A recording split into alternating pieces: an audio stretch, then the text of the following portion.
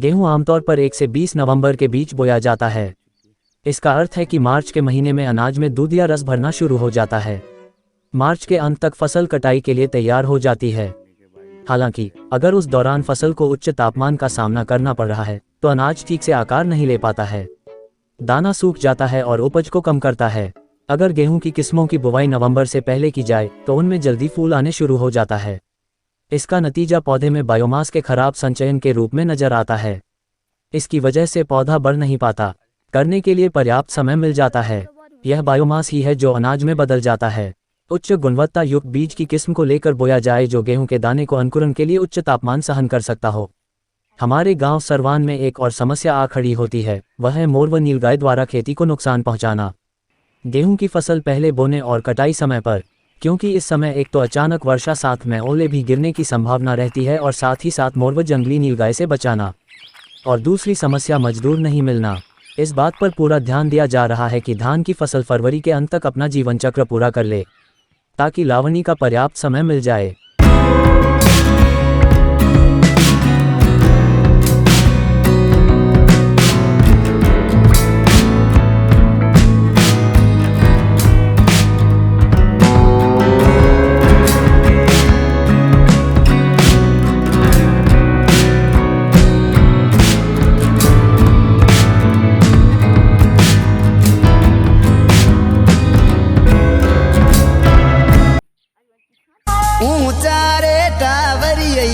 मज जो दोण राजो मज गाडकड़ी चलावे मां मज मवड़ी जयो लो।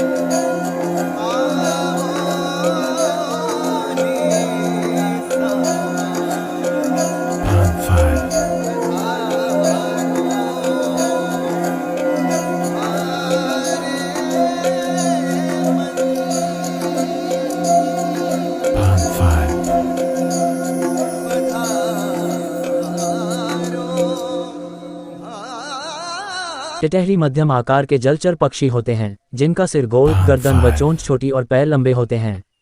जीववैज्ञानिक रूप से इसकी जातियां स्कोलोप्सिडाए नामक कुल में संगठित हैं। यह प्रायः जलाशयों के समीप रहती है। इसे कुररी भी कहते हैं। यह हमारे गांव सरवान में पाई जाती है।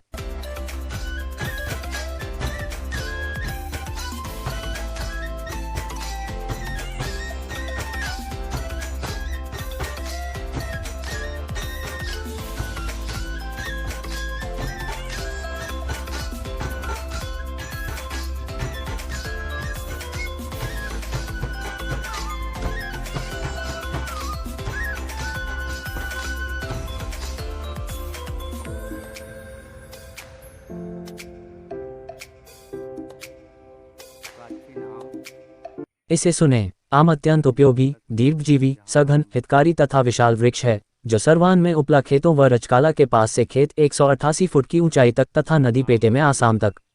अनुकूल जलवायु मिलने पर इसका वृक्ष 150-260 फुट की ऊंचाई तक पहुंच जाता है।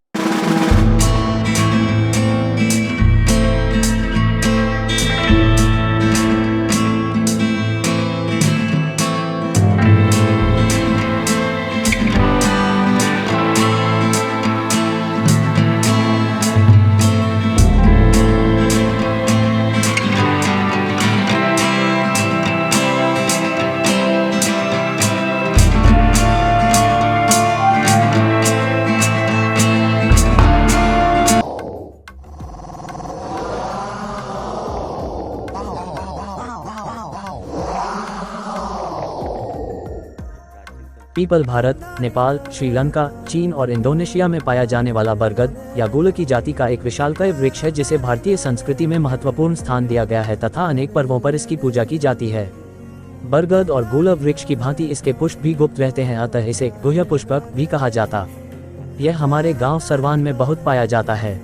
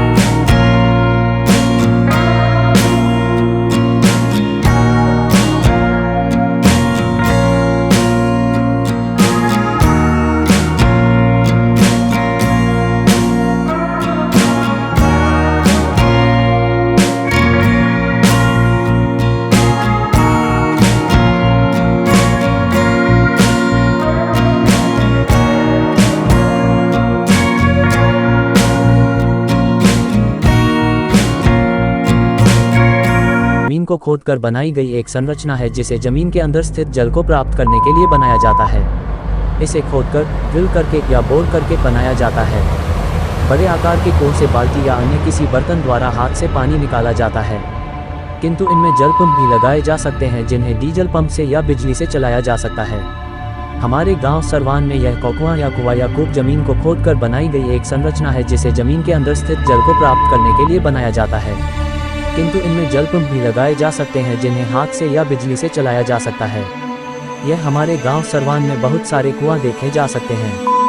यह हमारे पूर्वजों द्वारा खोदा गया, किंतु वर्तमान पीढ़ी इतना विकास नहीं कर रही है। यह आलसी प्रवृत्ति की है। यदा यदा ही धर्मस्य ग्लानिर्भवति भारत अभ्युत्थानमधर्मस्य तदात्मान सृजाम्यहम्।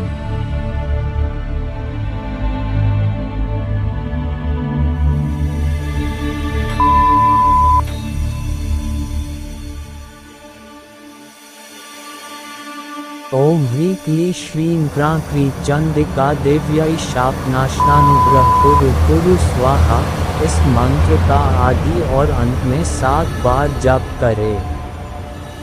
यह शापोद्वार मंत्र कहलाता है। इसके अनंतर उत्कीलन मंत्र का जप किया जाता है।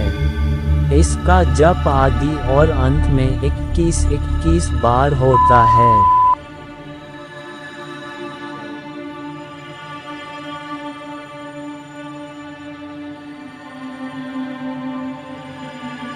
यदा यदा हि धर्मस्य ग्लानिर्भवति भारत अभ्युत्थानमधर्मस्य तदात्मान सृजाम्यहम्।